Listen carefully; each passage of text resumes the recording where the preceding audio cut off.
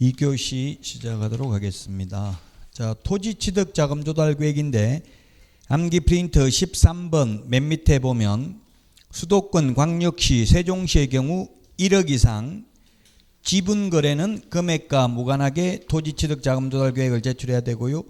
수도권 광역시 세종시 외의 지역은 6억 이상인 경우 토지취득자금조달계획을 제출해야 됩니다. 그래서 2번이 정답이네요. 3억이 아니고 1억입니다. 1억. 수도권 광역시 세종특별자치시는 지분거래가 아닌 경우 1억, 지분거래인 경우는 금액과 상관없이 자금조달계획서를 제출해야 됩니다. 1번에 있죠. 그 다음에 신고 대상 토지거래계약 체결로부터 역산하여 1년 이내에 매수한 다른 토지가 있는 경우에는 그 토지 가격을 거래가격에 합산하여 계산합니다. 4번 매수인이 국가 등이거나 매수인의 국가 등이 포함되어 있는 토지거래는 제외합니다. 국가가 속일 수는 없으니까 국가하고 거래하는 경우는 속이지 않는다고 보는 겁니다. 그 다음에 5번 수도권 광역시 세종특별자치시 외의 경우에는 얼마라고 했어요? 6억 초과가 아니라 이상입니다. 암기 프린트 13번 맨 밑에 있습니다. 자금조달계획서 제출해야 됩니다. 거기 암기 프린트 13번에 2번에 보면은 주택 취득 자금조달계획서의 경우에는 규제지역의 경우에는 그리고 법인인 경우에는 금액과 상관없이 비규제지역은 6억 이상 주택 취득 자금조달계획서 제출해야 되고요. 그 다음에 투기과일지구는 금액과 상관없이 정빙자료를 제출해야 됩니다. 그래서 2번이 정답이 되겠습니다. 자, 다음은 16번입니다. 16번. 옳은 것입니다. 옳은 것. 지금까지는 거의 다 뭐 크게 16번까지는 별로 안 중요한 거 없습니다. 사이드에 있는 거. 전속중개계약도 시험에 반드시 출제됩니다. 유효기간 내에 스스로 발견한 상대방과 계약 체결할 수 있습니다. 단 스스로 발견한 상대방과 계약 체결하는 경우에는 위약금이나 중개보수를 지급할 필요는 없지만 소요된 비용을 지불하되 사회통념상 상당하다고 인정하는 비용은 지불해야 됩니다. 자, 그 다음에 공법상 이용제한 거래 규제를 공개해서는 아니 된다. 암기 프린터 5번에 동그라미 6번에 보니까 공법상 이용제한 거래 규제 공개해야 되죠. 암기 프린터 5번에 6번. 그래서 2번 틀렸고요.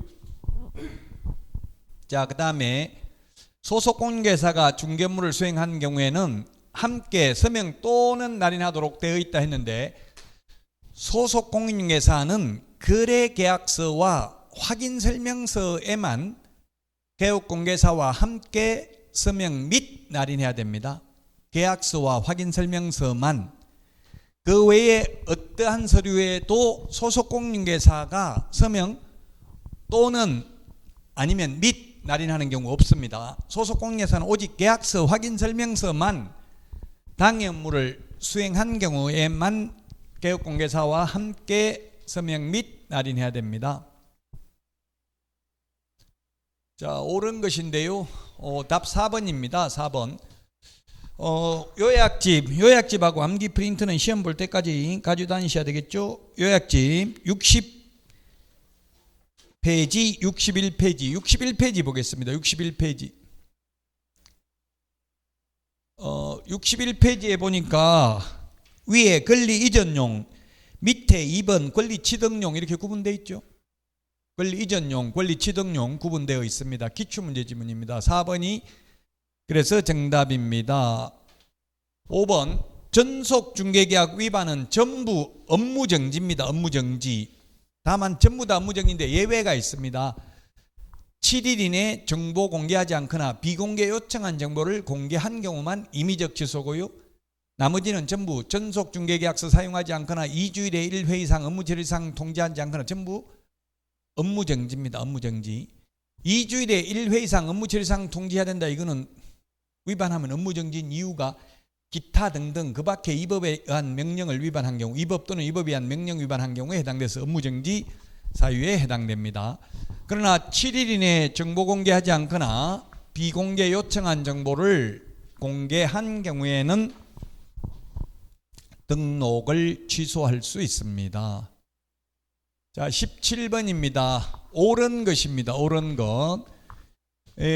반드시 공동으로 서명 및 날인하여, 서명 및이 아니라 계약서 확인설명서만 서명 및 날인이고 그 외에 모든 서류는 서명 또는 날인입니다. 물론 매수 신청 대리 관련 서류에는 서명 날인이라고 되어 있습니다. 매수 신청 대리와 관련해서는 공인중개사법이나 부동산 거래 신고 등에 관한 법률은 계약서 확인설명서만 서명 및 날인이고 그 외의 모든 서류는 서명 또는 날인이고요. 그 다음에 제출은 공동으로 제출하는 게 아니라 부동산 거래 신고서는 1인이 제출해야 된다 되어 있습니다. 서식에 보면 1인이 제출해야 된다라고 되어 있습니다. 그래서 1번 틀렸고요. 2번 신고 내용을 조사한 경우 신고관청은 조사 결과를 시도지사에게 보고해야 되며 시도지사는 신고관청이 보고한 내용을 취합하여 매월 1회 국토교통부 장관에게 보고해야 됩니다. 암기 프린터 50번. 암기 프린터 50번에 동그라미 3번에 있습니다. 동그라미 3번. 50번에 동그라미 3번에 있습니다. 자, 그 다음에 3번은 금정체계 구축 운영은 신고관청이 아니라 국토부 장관이고요. 그 금정체계에 의해서 금정을 하는 사람은 신고관청입니다. 4번 법인이 부동산 거래 신고 시 법인 주택거래계약 신고서만 제출하면 되고 기존 부동산 거래 신고서는 제출할 필요가 없다 했는데 기존 신고서와 법인 주택거래계약 신고서 2개 제출해야 됩니다. 법인은 2개 제출해야 된다고요. 그래서 4번 틀렸습니다. 5번 거래 당사자 중 매수인이 국가 등인 경우에도 거래 대상 주택의 취득에 필요한 자금 조달 계획을 신고해야 된다. 매수인이 국가 등입니다. 매도인이 국가 등이고 매수인이 자연인이면 그 자연인은 자금 조달 계획 제출해야 됩니다. 이게 바뀌었어요. 옛날에는 계약 당사자 중 1인이 국가 등인 경우 이렇게 되어 있는데 지금은 매수인이 국가 등인 경우입니다. 매도인이 국가고 매수인이 개인이면 그 개인은 신고해야 됩니다. 자금 조달 계획. 매수인이 국가 등인 경우에는 국가가 속이는 건 아니잖아요. 국가 등이 국가 지자체다. 마찬가지입니다.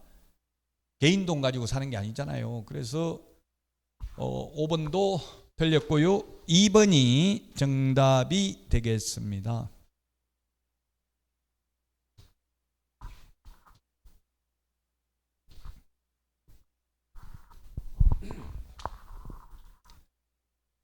자, 그 다음에 18번입니다. 18번. 부동산 거래 정보망도 한 문제 반드시 출제되죠. 자, 이거는 암기 프린터 7번에 있습니다. 7번에 동그라미 1번에 있는데요. 개업공개사 500명 이상이어야 합니다. 500명.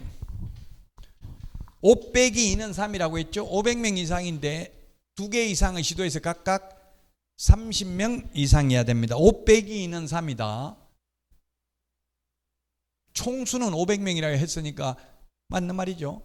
총수는 500명인데 서울에서만 500명 또는 이천에서만 몽땅 500명 오면 안 되고요. 서울에서 500명 있어도 경기도에서 30명이 있다면 요건을 충족했죠. 서울에 470명, 경기도에 30명 해도 요건 충족했고요. 인천 250, 경기도 250명 이렇게 해도 요건 충족했죠. 5 빼기 2는 3이다. 암기 프린터 7번에 동그라미 1번에 있습니다.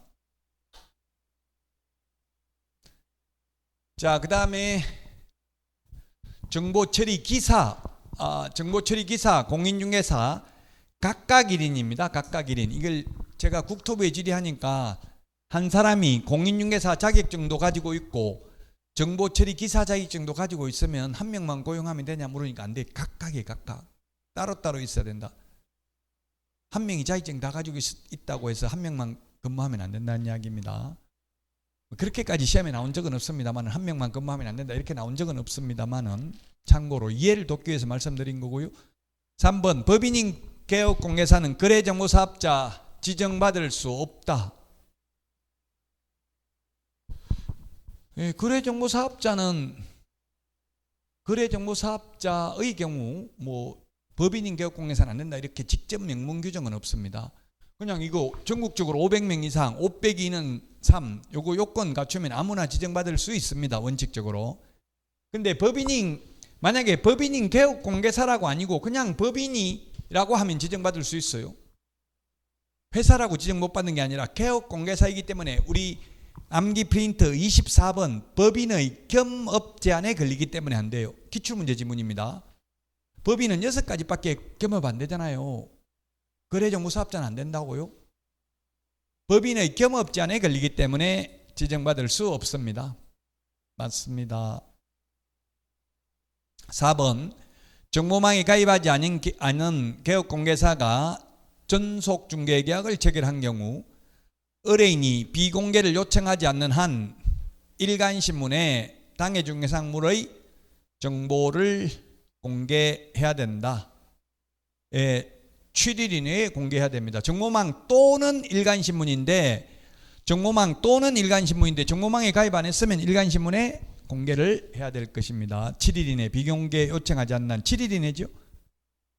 자, 그 다음에 답 5번인데요. 지정 취소해야 된다. X입니다. 암기 프린터 8번에 부운정 1해 8번의 제목에 뭐라고 되어 있어요? 지정 취소할 수 있는 사유잖아요. 하여야 하는 사유가 아니고 할 수 있습니다. 말장난 같은데 기출문제 지문이라고 이게 지정 취소, 업무 정지, 자격 정지는 할 수 있다. 자격 취소는 반드시 하여야 한다. 등록 취소는 하여야 하는 경우도 있고 할 수 있는 경우도 있습니다. 그래서 5번이 정답이 되겠습니다. 5번.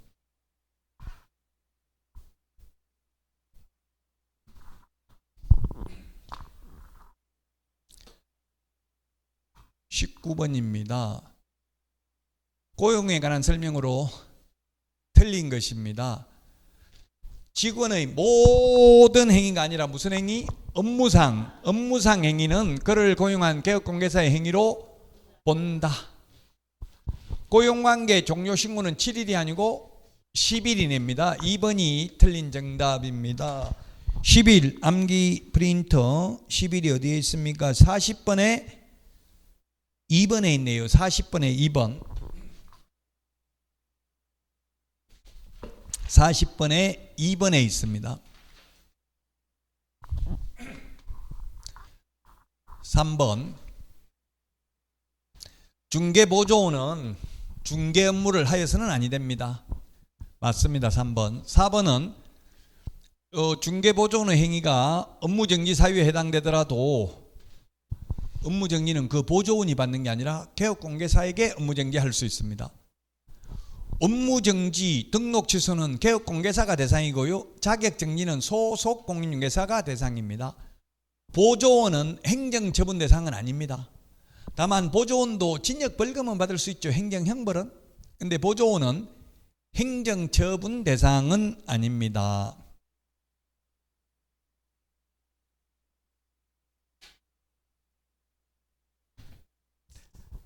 5번 보조원이 중개 관련 업무로 벌금형을 선고받는 경우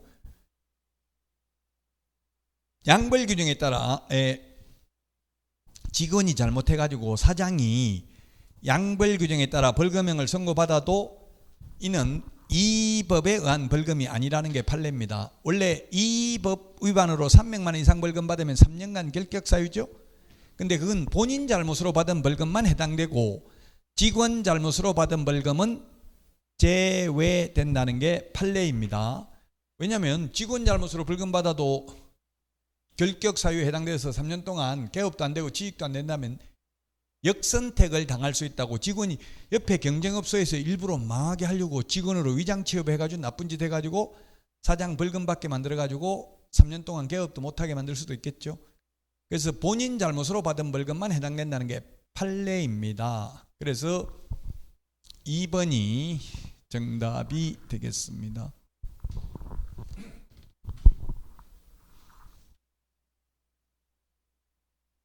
20번입니다. 20번. 틀린 것입니다. 20번 틀린 것인데 특수법인도 보정 설정은 해야 됩니다. 얼마 이상입니까? 2천만 원 이상 설정해야 되죠.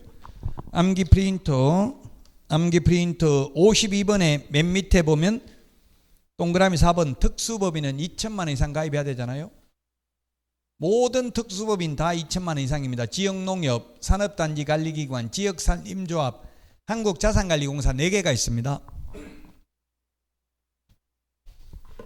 모든 특수법인 모두 2천만 원 이상 가입을 해야 됩니다.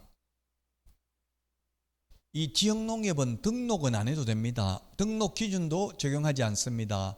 그러나 특수법인도 보정설정, 인장 등록은 해야 됩니다. 특수법인은 자격증 있는 사람 없어도 됩니다. 자, 그 다음에 손해배상하고 나면 15일 이내에 재보정 설정해야 됩니다. 15일은 암기 프린터 49번. 귀찮아도 자꾸 찾아봐야 돼요. 49번에 동그라미 1번에 있죠. 49번에 동그라미 1번 15일 이내에 재보정 설정을 해야 됩니다. 3번 매매계약 체결을 중개하고 계약 체결 후 계약금 및 중도금 지급에도 관여한 개업공개사가 잔금 중 일부를 횡령한 경우 개업공개사가 중개 행위를 함에 있어서 거래 당사자에게 재산상 손해를 발생한 경우에 해당한다. 직원이 계약금 중도금 떼먹고 도망가면 사장이 책임져야 된다는 이야기예요. 그 사장이 야 내가 돈 떼먹으라고 시켰냐, 자식도 내 맘대로 못하는데 직원이 몰래 돈 떼먹고 도망간 걸 내가 어쩌란 말이냐 했는데, 판례는 그거는 네 주관적 생각이고 객관적 손님 입장에서 손님이 돈을 맡긴 것은 중개업 사무소보고 맡긴 거지 그 직원 개인 보고 맡긴 거는 아니다. 그러므로 책임을 져야 된다는 게 판례입니다. 판례. 자, 그 다음에 4번입니다. 개업공개사가 아닌 사람에게는 이 법령에 따른 손해배상 책임이 발생하지 않는다. 즉 무슨 말이냐면 무등록 중개업자를 통해서 거래했다면 무등록 중개업자가 잘못해도 보험금은 못 받는다는 이야기. 왜? 무등록 중개업자는 보험 가입 자체가 안 되잖아요.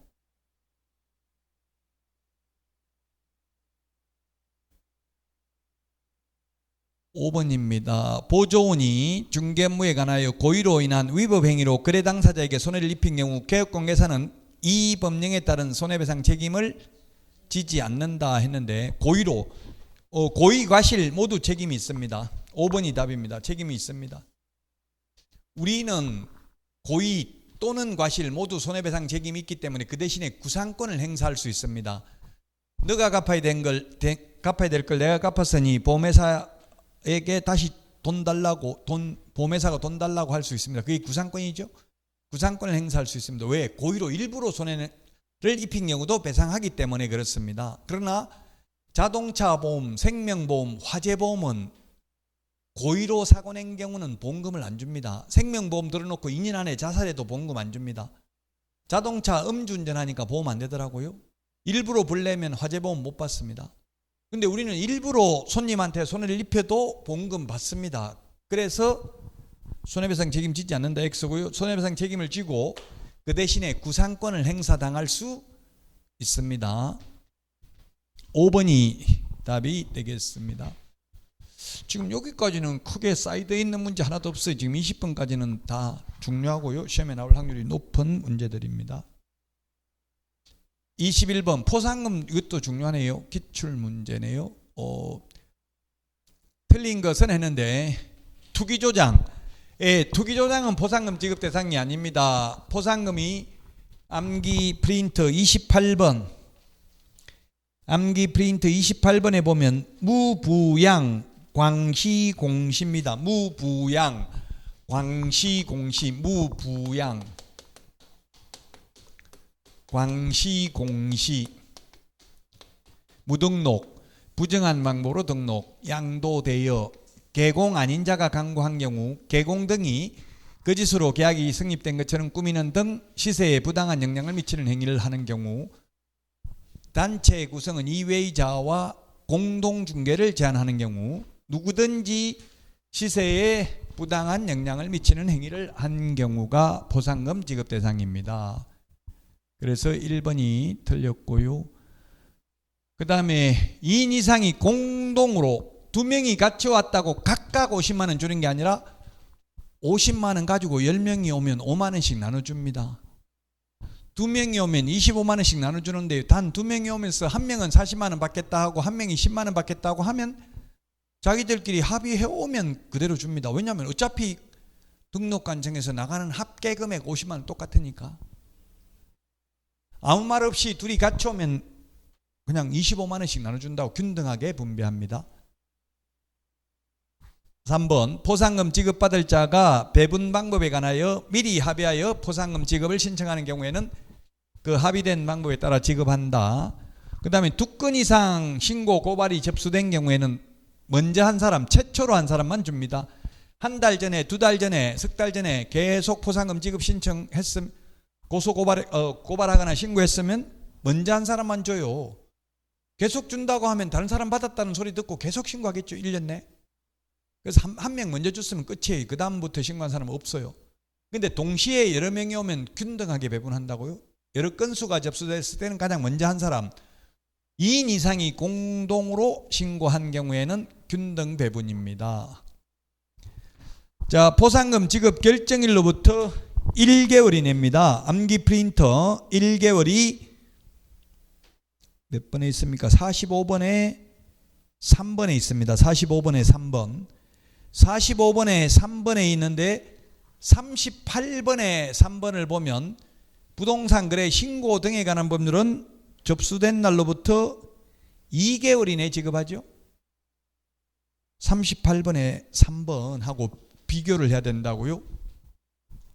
부동산 거래 신고 등에 관한 법률은 접수된 날로부터 2개월 이내, 공인중개사법은 결정일로부터 1개월 이내입니다.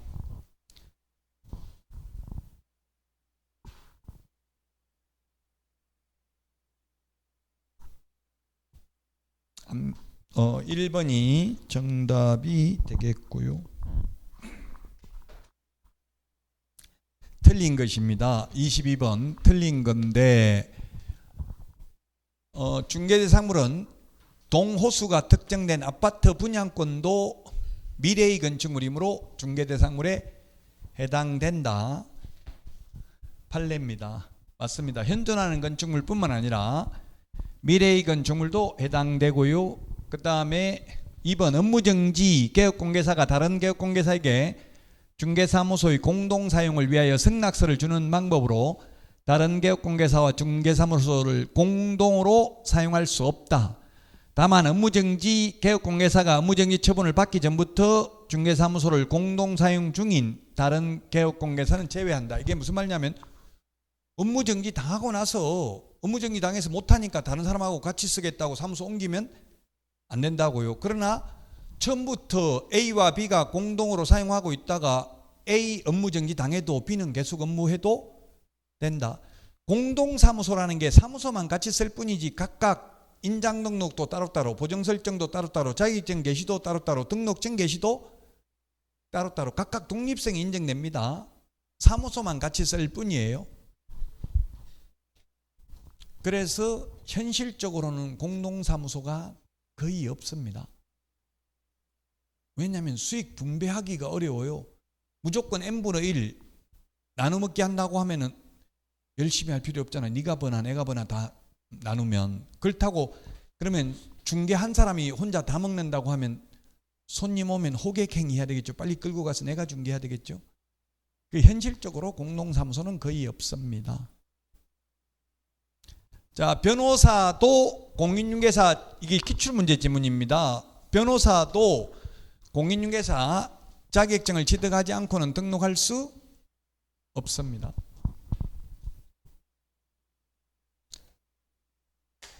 뭐 변호사는 뭐 이렇게까지 시험에 나오진 않았지만 사실상 만약에 손님이 와서 매매계약서 써달라고 해서 써주고 돈 받는 거는 불법이 아닙니다. 법률행위 대리를 여부를 할 수 있다고 변호사는. 그 대신에 변호사가 등록을 안 했기 때문에 등록증 걸어놓을 수 없겠죠. 그리고 공인중개사 사무소 이런 거 써붙일 수가 없겠죠. 개업공개사가 아닌 자는 표시광고 하에서는 아니 된다 이렇게 돼 있잖아요. 광고 같은 거 못한다고. 손님이 찾아와서 해달라고 하면 해줄 수는 있지만 부동산 중개 이런 거 해가지고 광고는 못한다고요. 변호사든 법무사든 공인중개사 자격증을 따지 않고는 등록할 수는 없다. 3번이 답이고요. 그래서 기출문제지문입니다. 3번. 어느 누구라도 자격증을 따지 않고는 등록할 수 없어요. 특수법인 빼고는 지역농협, 뭐 신탁, 산업단지관리기관, 지역산림조합, 한국자산관리공사 이런 특수법인은 자격증 없어도 된다 했죠. 그런 특수법인 빼고 개인은 무조건 자격증 따야 등록할 수 있어요. 한 1억 내면 자격증 없이도 등록할 수 있다고 하면 차라리 그냥 1억 돈 벌어가지고 개업하는 게 더 빠를 수도 있어요. 공인중개사 공부하는 것보다. 공인중개사 공부하려면 이게 집중을 해야 되는데 그냥 모든 정력과 돈과 시간과 노력 모든 걸 다 한 번에 집중 투자를 해야 돼요. 그래야 합격하는데 몇 년씩 계속 이렇게 하면 안 된다고요. 이 공부하는 거는 밑 빠진 독에 물 붓기다. 제가 대학 다닐 때 은사님이 그러더라고. 구멍이 다 나 있다고. 나이가 먹은 사람은 구멍이 커요. 나이가 많으면 더 구멍이 물 부어도 다 빠지고 나고 하나도 안 남는다고요. 그럼 합격하려면 10월 달에는 쏟아부어 버리면 아무리 구멍이 커도 막 물을 쏟아부어 버리면 넘쳐난다고. 그래야 합격한다고요. 조금씩 조금 하다 말다 혼자서 집에서 하다 말다 이러면은 구멍을 다 빠져나가고 남는 게 하나도 없다는 이야기예요. 그 집중과 선택, 투자, 노력, 시간, 돈 모든 걸 다 투자해야 됩니다. 한 번에 그래서 합격하는 게 가장 중요하죠. 계속 몇 년씩 하다 보면 이게 매너리즘에 빠지고 미쳐요. 이거 할 수도 없고 안 할 수도 없고 마약이고 마약 중독하고 똑같아요.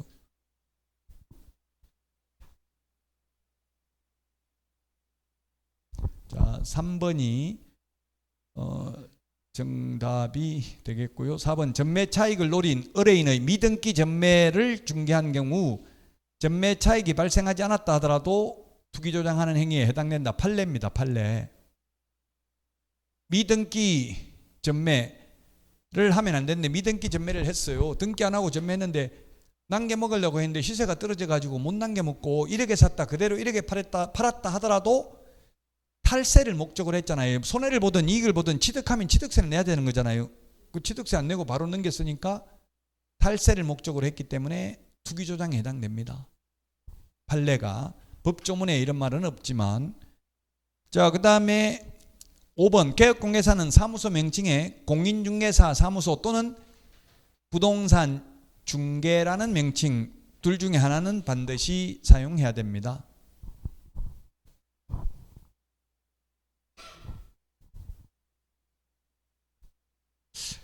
우리 공인중개사법을 만든 사람도 오락가락해요. 제가 볼 때는 사실은 공인중개사 사무소가 아니라 개업공개사 차라리 이렇게 하는 게 더 좋을 것 같은데 공인중개사, 소속공개사, 개업공개사를 용어정의는 따로 해놓고 실제 사용하는 거 보면 막 그냥 판사들은 아직도 중개인이라고 판결하는 게 많아요. 중개인이 지금 말로 하면 개업공개사죠. 중개인은 국어 사전적 의미에 그냥 소개하는 사람이 중개인이잖아요. 중개인이라는 말은 공인중개사법에는 없죠. 근데 뉴스 같은 데 보면 아직도 중개인, 중개업자 이렇게도 말하는 사람도 있어요. 중개업자라는 말은 이미 2014년도 바뀐 지 10년이 넘었어요.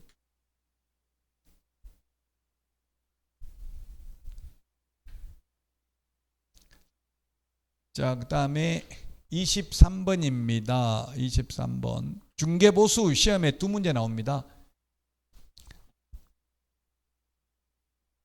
보수 초과에서는 사례비 명목, 어떠한 명목으로도 받으면 안 된다고 했죠? 사례비 명목, 감사의 표시로 초과해서 받아라고 간곡하게 요청하여 마지못해 이를 수령했다. 그래도 위반입니다.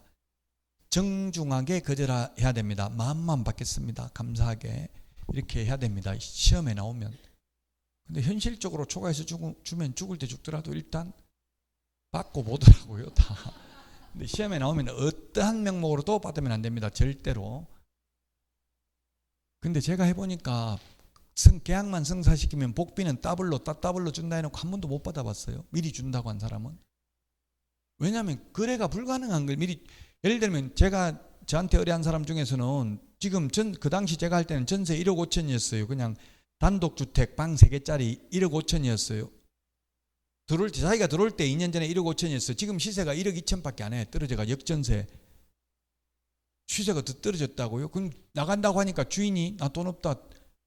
새로운 세입자 들어오면 빼줄게 이렇게 하는 거예요. 그렇게 현실적으로 그렇게 하면 소송해서 받으려면 1년 넘게 걸린다고. 주인한테 그 보증금 반환 청구 소송해가지고 확정 판결 받아가지고 경매 넘겨가지고 강제 집행하려면 1년 넘게 걸린다고. 그러니까 빨리 이산해야 되고 1년 동안 투쟁하기 쉽지 않잖아요. 그러니까 또 1년 후에 투쟁한다 해도 경매 넘긴다고 해서 확실하게 받는다는 보장도 없어요. 뭐 2년 될지 3년 될지도 모르니까. 그러니까 막 부동산이 지금 시세 1억 2천밖에 안 하는데 1억 5천에 빼주면 복비는 따블로 주겠다 이렇게 하는데 그게 되냐고. 그래가 그런 것만 복비 따블로 준다 이렇게 나오더라고 현실적으로. 자, 어쨌든 어떠한 명목으로 또 우리 암기 프린트 11번에 매무수거 그 동그라미 4번 어떠한 명목으로라도 초과해서 받으면 안 된다. 사례비 명목 안 됩니다. 2번 실비 한도는 권리관계 등의 확인 또는 계약금 등의 반환 채무 이행 보장이 드는 비용으로 하고요. 근데 이 권리관계는 매도 임대 의뢰인으로부터 그 다음에 계약금 등의 반환 채무 이행에 보장되는 비용은 매수 임차 의뢰인한테 받을 수 있죠. 암기 프린터 52번에 동그라미 15번 16번에 있잖아요. 15번 16번 52번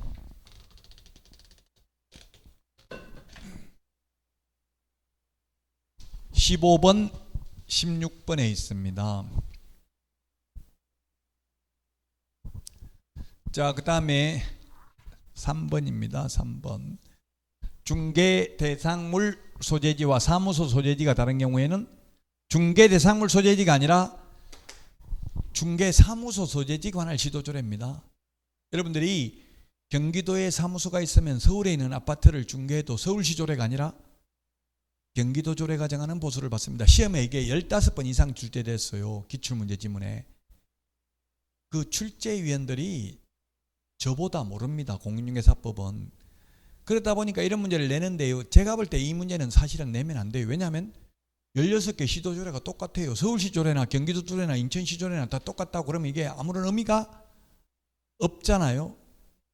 그래서 왜 제가 국토부의 조례가 16개 시도별로 다를 수 있는데 왜 똑같냐 물어보니까 시도의원들 자질이 그 조례를 알아서 만들 능력이 안 됩니다. 그래서 국토부에서 조례, 제정, 준칙안 이런 식으로 만들면 됩니다 하고 다 내려보낸 걸 그대로 손만 들고 다 표결을 한 거예요. 그래서 똑같아요. 16개 시도조례가. 근데 시험에 나오면 중개 대상물 기준이 아니라 뭘 기준으로 한다고요? 사무소 기준이라고. 서울에 사무소가 있으면 부산에 있는 아파트를 중개해도 서울시 조례 사무소 기준. 기출문제 이렇게 나오니까 이게 기출문제 지문이라고요. 사실은 좋은 문제는 아님에도 불구하고 10번, 15번 정도 출제됐습니다. 3번이. 자, 그 다음에 건축물의 면적이 2분의 1인 경우에는 주택에 대한 보수 규정을 적용합니다. 시험에 3분의 1이라고 2번 나왔습니다. 3분의 1. 주택의 면적이 3분의 1이면 주택이 아니죠? 주택 왜니까 0.9% 받는다고. 주택의 면적이 3분의 1이면 주택이 아니라고요?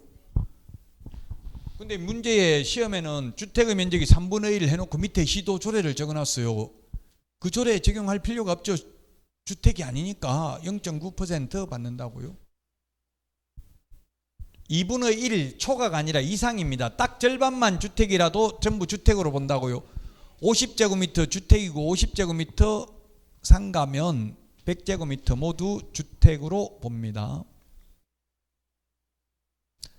자, 그 다음에 주택임대차 중개보수는 의뢰인 쌍방으로부터 각각 받되 그 1방으로부터 받을 수 있는 한도는 매매는 1000분의 7, 임대차는 최대 1000분의 6입니다. 15억 이상인 경우. 이 범위 내에서 다시 시도 조례로 정합니다. 주택 임대차니까 1000분의 6, 매매인 경우는 1000분의 7입니다. 1000분의 7. 그래서 3번이 정답이 되겠습니다.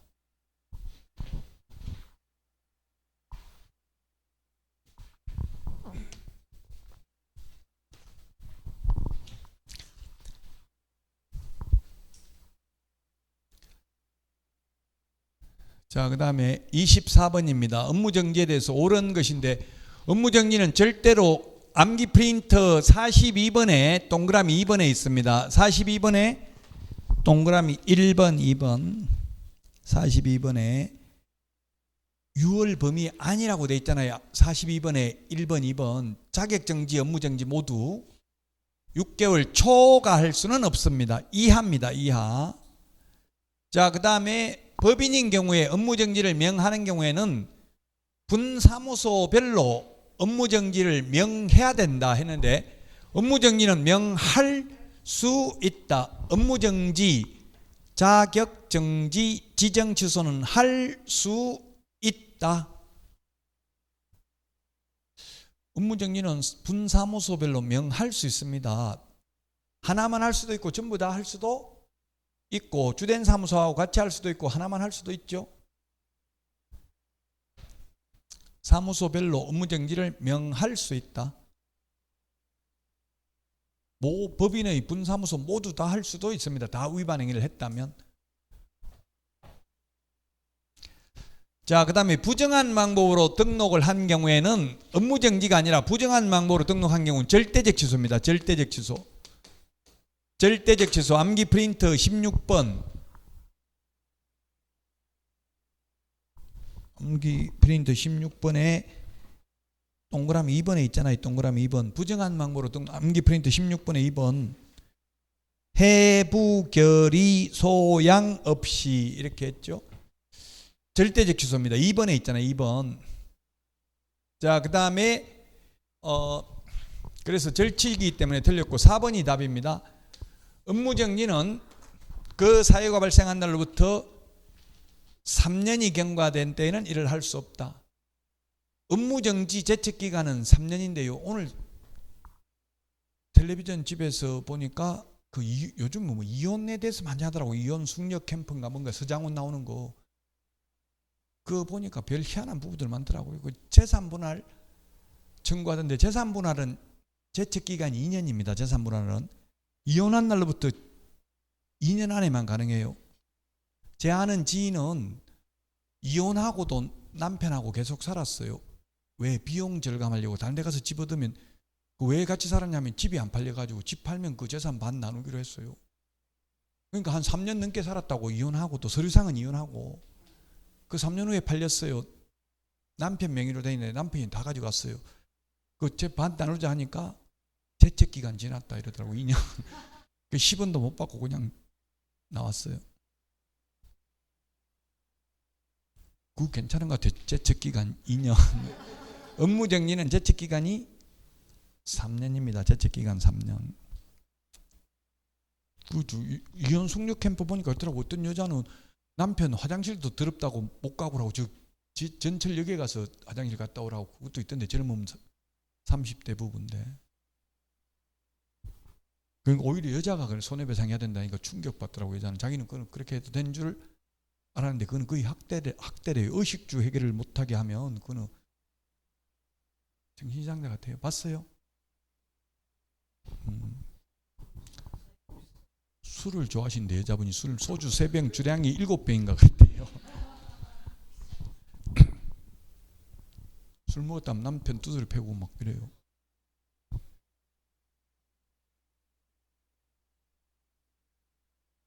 자, 어쨌든 업무정지는 제척기간 3년이고 이혼 재산분할은 제척기간 2년입니다. 제척기간 2년. 예, 이거 기간은 민법에도 그런 건 암기해야 된다고. 이혼도 민법이죠. 민법 중에서 가족법이라고 가족편에 있다고. 민법이 4편까지 있잖아요. 총칙, 물권법, 계약법, 친족, 상속법 이렇게 나온다고. 그 민법이라고. 이게 제척기간 2년인 것도.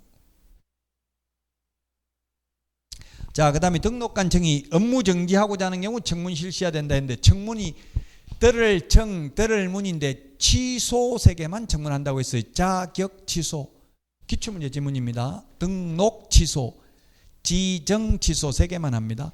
매수 신청 대리인 등록 취소는 취소라도 청문을 하지 않고 매수 신청 대리인 등록 취소는 10일 이상 기간을 정하여 구술 또는 서면에 의한 의견 진술 기회만 부여합니다. 취소 3개 청문하는데 매수 신청 대리인 등록 취소는 청문 안 한다고요? 또 취소 3개는 반납해야 됩니다. 그런데 지정 취소의 경우에는 반납하지 않습니다. 암기 프린트 39번에 3, 4, 5번에 보면 7일 이내 반납하는 게 3개 있잖아요. 3, 4, 5번. 39번에 3, 4, 5번. 중개사무소 개설 등록증, 자격증, 매수 신청 대리인 등록증은 7일 이내 반납하는데 거래정보사업자 지정서는 반납하는 규정이 없다고요. 근데 지정 취소도 청문은 합니다. 그래서 취소 3개는 반납하고 취소 3개는 청문한다는 거, 그 2개를 구분해야 된다고요. 암기 사항이죠.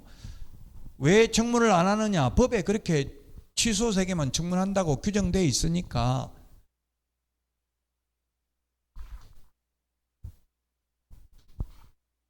그 청문이라는 건 보다 적극적으로 자기를 방어할 수 있는 기회를 주고요. 의견 진술 기회는 좀 더 소극적인 겁니다. 근데 제가 그 등록관청에 등록 취소할 때 청문 누가 합니까? 청문 주재자가 누굽니까? 물어보니까 그 고문 변호사래요. 각 그 등록관청 시청, 구청에 고문 변호사들이 있나 봐요. 고문 변호사 혼자서 다 한대요. 청문 듣는 거잖아요.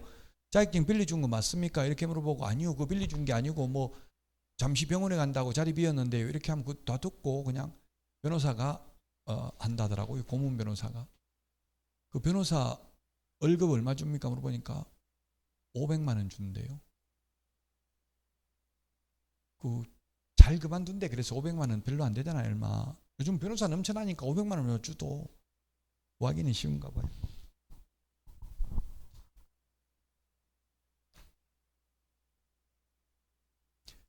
(25번) 할 차례 맞죠?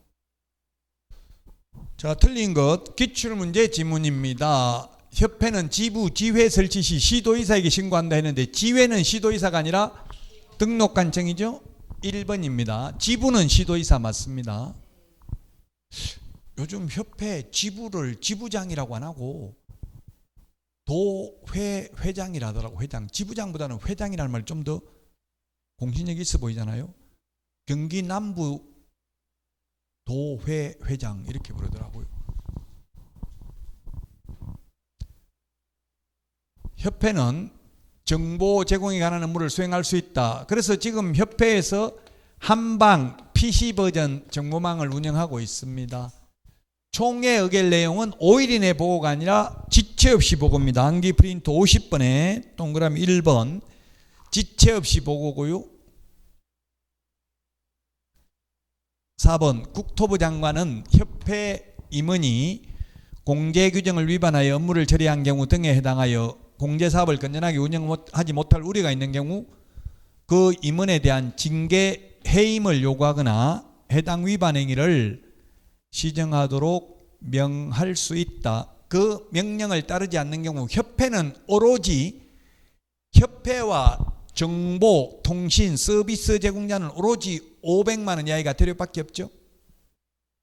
협회와 정보, 통신, 서비스 제공자는 오로지 500만 원 이하의 과태료밖에 없습니다. 징역, 벌금 100만 원 과태료 없습니다. 협회와 정보, 통신, 서비스 제공자. 근데 거래정보사업자는 500만 원 이하의 과태료도 있고 거짓 정보 공개하면 1년 이하의 징역이나 1000만 원 이하의 벌금도 있죠. 거래정보사업자의 경우는. 그리고 지정 취소도 할 수 있습니다. 거래정보사업자는. 근데 협회와 정보, 통신, 서비스 제공자는 행정처분도 없고 오로지 500만 원 이하의 과태료만 있습니다.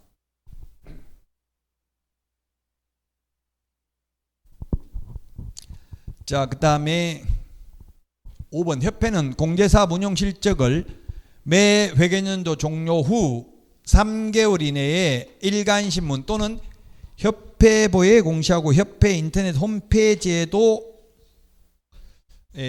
게시해야 됩니다. 암기 프린터 43번에 6번에 있습니다. 43번에 6번.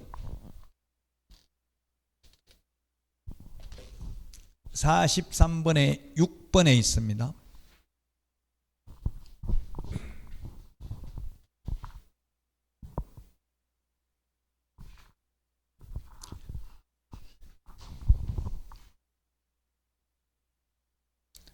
자, 그 다음에 26번입니다. 수수료 납부 대상이 아닌 것은 수수료는 암기 프린터 52번에 있습니다. 52번에 19번까지 있는데요.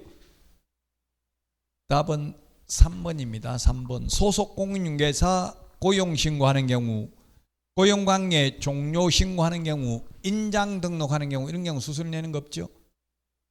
암기 프린터 52번에 1번부터 6번까지 지자체 조례가 정하는 수수료 내는 겁니다. 응시수수료, 자격증 재교부 수수료는 시도조례. 그 다음에 3번 등록신청, 4번 등록증 재교부 신청, 5번 분사무소 설치신고, 6번 분사무소 설치신고 확인서 재교부 신청은 시군구조례고요. 7번 자격증 교부는 X. 처음에 합격하면 자격증은 공짜로 주죠. 분실해서 재발급 받으려면 돈 내야 된다고요. 뭐 시험에 나온 적은 없지만 만약에 혹시 여러분들이 자격증 분실했으면 경기도청까지 가려면 시간과 비용이 많이 들잖아요. 그냥 뭐 이게 이천시에다가 재발급 신청하면 위임이 돼 있기 때문에 됩니다. 재발급. 그 대신에 위임 수수료가 있기 때문에 돈은 좀 더 비싸요. 예를 들면 경기도에 가면 10,000원일 것 같으면, 예를 들면 정확한 금액은 저도 몰라요. 그 시험에 안 나오니까. 조례의 구체적 내용이 시험에 안 나오죠. 그냥 조례로 정한다고 돼 있지 조례로 정하는 금액이 얼마냐 이렇게는 시험 절대 못 내요. 예를 들면 공법에서도 금폐율 용적률이 시군구 조례로 정한다 이렇게만 돼 있지 시군구 조례가 시군구별로 어떻게 되냐 이렇게는 문제 낼 수 없죠. 국토교통부 령에 있는 것까지만 문제 나온다고요. 그래서 제가 해보니까 그냥 예를 들면 경기도에 가면 10,000원 낼 것 같으면 이천시에서 하면 20,000원 내야 돈이 더 많다고요. 그래도 2,000에 신청하는 게 낫죠. 시간을 생각하면, 기회비용을 생각하면 10,000원 더 내도 그 수원까지 왔다 갔다 하면 기름값 10,000원 더 들어가요. 전철 타고 가려면 하루 종일 걸려지. 수원 가려고 하면 한 2시간 넘게 걸리겠죠 여기서. 그러니까 혹시나 분실하면 그냥 시군구에, 시험에 나온 적은 없지만 시군구에 위임이 돼 있어요. 위탁. 그래서 시군구에 신청해도 됩니다. 답 3번입니다. 고용신고, 고용관계 종료신고, 인장등록 이런 거는 수수료 내지 않습니다. 그 암기 프린터 52번에 4번에 등록증 재교부 신청, 사무소 이전 신고 이렇게 가로하고 적어놨죠. 사무소 이전 신고 요거는 시험에 나온 적은 없어요. 근데 사무소 이전하면 등록증을 어떻게 해야, 원칙은 관할구역 밖에는 무조건 재교부죠. 관할구역 안에서는 원칙 재교부 예외 기재사항을 변경하여 교부할 수 있잖아요. 그럼 그때 등록증을 재교부 받으니까 사무소 이전하는 경우도 수수료 내야 된다는 이야기. 관할구역 밖으로 옮기면 재교부하는 거잖아요. 그 가로 안에 사무소 이전하는 경우 수수료 내야 된다 이렇게 나온 적은 없습니다 시험에. 그래서 3번이 정답이 되겠습니다. 27번부터 쉬었다가 하도록 하겠습니다.